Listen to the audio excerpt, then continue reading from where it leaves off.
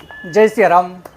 आज हम जिस विषय को लेकर के उपस्थित हुए हैं, आपको सुनकर के आश्चर्य भी होगा और हंसी भी आएगी। ये प्रसंग ही ऐसा है।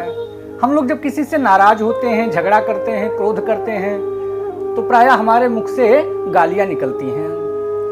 पर गालियों का भी इतिहास है, उसकी भी वंश परंपरा है। जैसे हमारे कुल होते हैं, गोत्र होते हैं, वंश परंपरा होती है, ऐसे ही गालियों की वंश परंपरा है, उसका अपना इतिहास है। ये सुनकर के आपको आश्चर्य होगा। जी हाँ, व्यास जी महाराज ने श्रीमद् भागवत पुराण में ही इसका उल्लेख किया है। व्यास जी महाराज कहते हैं कि ब्रह्मा जी का ही पुत्र है अधर्म, और अधर्म की पत्नी यानी मृषा, मृषा को झूठ, झूठ को मृषा बोलते हैं, तो अधर्म की पत्नी ही मृषा है। अब मृषा और अधर्म के द्वारा जिसका जन्म हुआ वह है दंभ और माया। दंभ और माया को लेकर के निरति चला गया, क्योंकि उसके कोई संतान थे नहीं। अब दंभ और माया के द्वारा जन्म हुआ है लोभ का और सठता का। सठता यानी दुष्टता।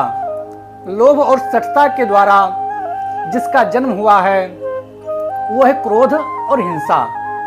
क्रोध और हिंसा के द्वारा जिसका जन्म हुआ है वो है कलह, और उसकी बहन है, कलह के साथ ही जन्म हुआ है जो उसकी बहन है, उसका नाम है दुरुक्ति। दुरुक्ति बोलते हैं गाली को, गाली को ही दुरुक्ति बोलते हैं। तो गाली का जन्म यहाँ से हुआ है। यह है गाली की वंश परंपरा। और फिर आगे चल करके यहीं से मृत्यु और उसके बाद में नरक की यातनाएं भी होती हैं। अब इस प्रसंग को स्मरण करने का, आपसे चर्चा करने का तात्पर्य क्या है? तात्पर्य यह है कि हम लोग तीन तप ऐसा है जो हमेशा कर सकते हैं। हम लोग व्रत करते हैं, अन्न को तो छोड़ देते हैं, लेकिन बहुत सारी चीज़ों को नहीं छोड़ पाते हैं। मानसिक पाप से तो हम बच नहीं सकते, इसीलिए उसके लिए कलयुग में माफ भी किया गया है, क्षमा किया गया है। पर 3 पाप ऐसे हैं जिसको हम प्रायः करते हैं, चाहे तो व्रत के दिन उसको तो छोड़ ही सकते हैं। शरीर के द्वारा किसी को कष्ट न पहुंचाना,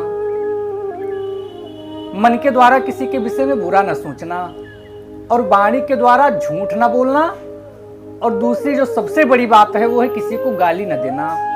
आज एकादशी का पर्व है, हम भी एकादशी का व्रत हैं, तो ये मन में आया अच्छा प्रसंग कि लोग व्रत में भी गालियां बकते रहते हैं, और गालियों को लोगों ने तकिया कलाम बना लिया है। बहन बेटी माताओं के सामने भी अभ्यासवश, आदतवश लोगों के मुंह से गालियां निकल जाती हैं।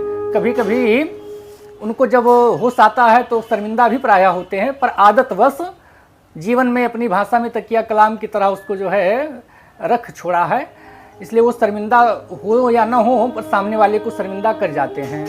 तो व्रत के दिन इस चीज़ को छोड़ना, विशेष करके गाली को छोड़ना अति आवश्यक है। अन्यथा गाली आपको नरक के रास्ते भी लेकर के चली जाएगी, नरक तक आपको पहुंचा देगी गाली।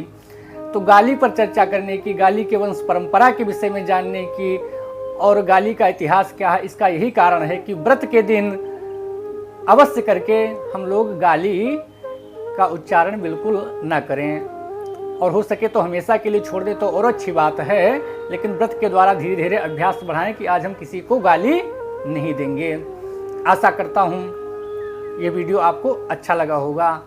ये जो प्रसंग हमने सुनाया, ये श्रीमद् भागवत महापुराण का प्रसंग है। व्यास जी ने इसको लिखा है, ये मनमुखी बात नहीं है। जय श्री राम।